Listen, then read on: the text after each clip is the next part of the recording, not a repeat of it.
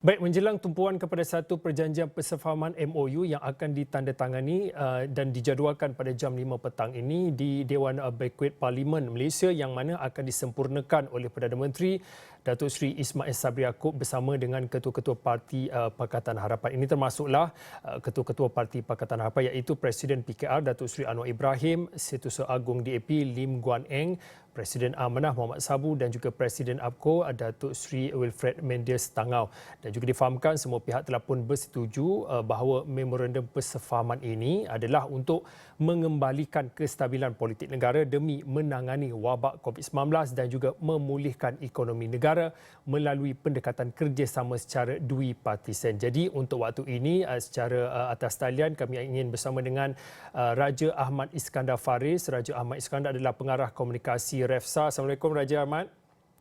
Salam Fauzi. Okey, baik. Sebelum kita nak bercakap tentang satu perjanjian persefahaman MOU yang dijangka pada jam 5 petang ini ditandatangani baik bagi kerajaan dan juga pembangkang, mungkin untuk waktu ini sedikit nak minta pandangan dan juga mungkin reaksi maklum balas daripada apa yang dititahkan oleh Yang di-Pertuan Agong pada pagi tadi.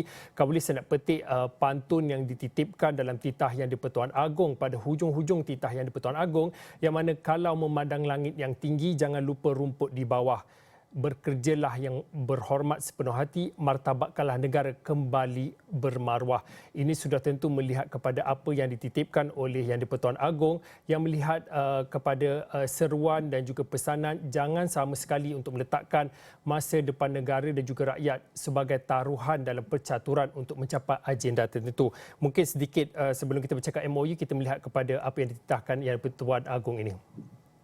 Baik Fauzi, saya rasa dari segi titah baginda itu jelas menunjukkan isyarat bahawa baginda mahu adanya kerjasama rentas parti yang baharu bagi mengatasi cabaran-cabaran bersama yang kita hadapi di kala pandemik COVID-19 ini.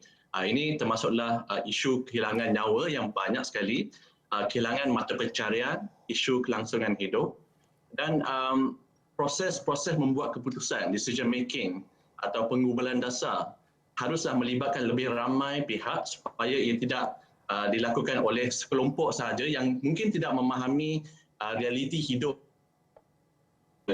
Jadi isu yang menjadi tumpuan bagi masa terdekat ini adalah isu pendidikan di mana sekolah akan dibuka pada 3 Oktober, isu belanjawan, bagaimana kita mahu berbelanja pada tahun depan dan dari segi masa jangka panjang adalah RMK ke-12, Rancangan Malaysia ke-12, di mana kita membina struktur-struktur ekonomi bagi mendepani cabaran-cabaran yang akan ada di masa hadapan.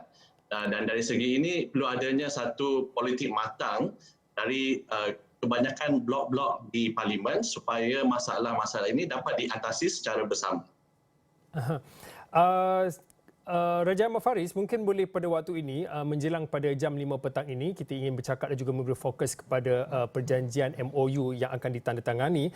Mungkin pada waktu ini bagaimana boleh kita lihat jika ada persefahaman antara kerajaan dan juga pembangkang, apa akan jadi kepada proses semak dan juga proses semak imbang yang sentiasa berlaku khususnya di Dewan Parlimen pasca MOU ini?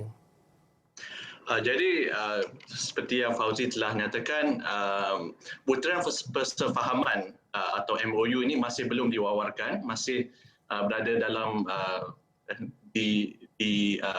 dalam simpanan. Tapi menurut kenyataan pemimpin-pemimpin PH, kita dapat bayangkan bahawa walaupun ada persefahaman, PH masih lagi oposisi. Mereka akan terus memainkan peranan sebagai check and balance atau seimbang dan imbang, tetapi dalam dimensi yang baru di mana mereka berfungsi lebih sebagai kerajaan menanti. Jadi dalam majoriti dan keadaan atau senario majoriti yang tak jelas, setiap dasar undang-undang atau belanjawan itu kerajaan perlu berunding dengan semua pihak termasuklah PH sebab mereka adalah blok pembangkang terbesar. Dan ini adalah satu peluang bagi PH untuk memainkan peranan seimbang dan imbang. Cumanya dalam memberi kritikan, dalam memberi bantahan, PH kena lebih bersepadulah dari segi mengutarakan tawaran dasar alternatif. Contohnya kalau nak berunding, cadangan mesti konstruktif. Contoh terbaru ni adalah di mana PH sendiri memberikan cadangan bahawa suntikan dana tambahan 45 bilion perlu ditambah dan perincian perbelanjaan itu diberikan secara detail. Dan itulah dinamik baru kita dapat lihat dari segi sembang dan imbang, kerana kerajaan dan pembangkang sekarang ada satu objektif yang sama, iaitu untuk mengatasi masalah kehilangan nyawa, kehilangan mata pencaharian dan menyelamatkan rakyat secara keseluruhannya dari segi isu kelangsungan hidup, pendidikan dan krisis-krisis yang lain. Jadi saya rasa sembang dan imbang itu akan terus berlaku, cuma dapat lihatlah kalau ada persefahaman pun, setiap butiran itu tak semestinya akan diterima oleh kerajaan. Mungkin akan 80% diterima, dan itu akan memberi ruang pada PH untuk mengkritik dan menyemak segala keputusan kerajaan dari segi strategi, cara, ada pelaksanaan itu ada ketirisan atau tidak, dan keberkesanan pelaksanaan itu sendiri. Ini adalah beberapa ruang yang saya nyatakan di mana PH masih boleh mengkritik, dan saya rasa ini tidak menutup apa-apa ruang sembang dan imbang. Raja Ahmad Iskandar Faris, daripada apa yang disebutkan, proses semak dan imbang itu akan terus berlangsung dan juga pembangkang akan terus memainkan peranan masing-masing. Tapi melihat kepada persefahaman yang bakal dimuktamadkan ini, MOU perjanjian persefahaman ini, sudah tentu rakyat akan menjadi saksi kepada MOU yang akan ditandatangani pada jam 5 petang ini. Jadi apa yang boleh dijanjikan dan apa yang boleh rakyat harapkan daripada MOU ini? Menurut kata-kata awal atau bayangan awal daripada pemimpin PH, persefahaman ini bertujuan untuk mengembalikan kestabilan politik, menumpukan sepenuh usaha menggembeling tenaga bersama ke arah memerangi COVID-19, memulihkan ekonomi negara, membawa pembaharuan reformasi dalam sistem pentadbiran negara, dan lebih penting sekali adalah untuk menyelamatkan saya rasa kelangsungan ataupun punca rezeki rakyat itu sendiri supaya mereka dapat mencari nafkah dengan selamat. Jadi apa yang berbezanya saya rasa dari segi konsultasi ataupun persefahaman ini adalah dengan pembentukan elemen-elemen konsultasi dari segi proses membuat dasar atau membuat keputusan itu sendiri. Kita akan lihat di masa akan datang lebih banyak rundingan rentas parti, lebih banyak proses konsultasi di mana parti politik pembangkang, politik bebas dan juga masyarakat sivil dapat memberikan cadangan ataupun tekanan kepada kerajaan supaya membaharui dasar-dasar yang mungkin dirasakan gagal. Jadi ini memberikan ruang demokrasi yang lebih bagi mereka untuk mengutarakan cadangan, pendapat dan luahan hati kepada kerajaan. Raja Ahmad Iskandar Faris, mungkin terlalu awal untuk saya bertanyakan ini, tetapi melihat kepada MOU yang akan ditandatangan pada jam 5 petang ini, kita boleh sifatkanlah ia sebagai satu gencatan politik antara kerajaan dan juga pembangkang. Tetapi apa yang boleh kita jangka dan apa yang boleh berlaku sekiranya ada pihak-pihak yang memungkiri janji dalam persefahaman MOU ini?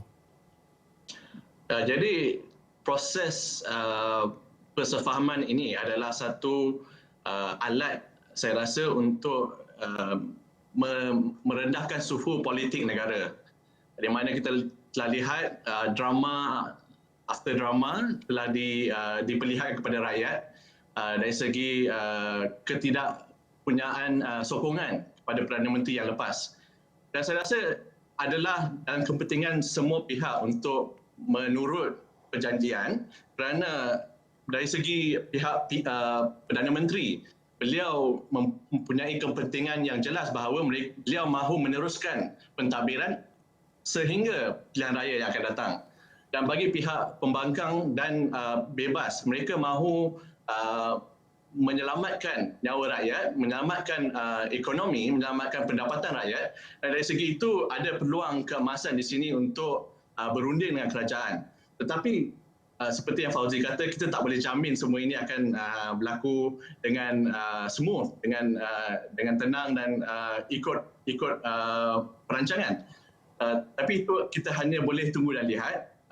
Tetapi apa pelanggaran perjanjian akan membawa satu kesan kepada pihak yang melanggar janji tersebut.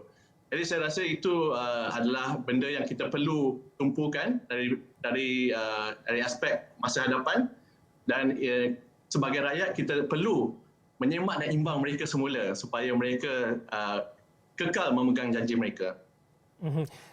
Terima kasih kepada Raja Ahmad Iskandar Faris. Raja Ahmad Iskandar Faris adalah pengarah komunikasi REFSA yang mana berkongsi dan juga pandangan menjelang kepada tumpuan satu perjanjian persefahaman memorandum MOU yang mana akan ditandatangani ataupun dimuktamadkan oleh kerajaan dan juga pembangkang dijangka pada jam 5 petang ini. Kami di Astro Awani akan membawakan secara langsung perjanjian yang akan dimuktamadkan itu di platform Astro Awani secara TV dan juga di astroawani.com.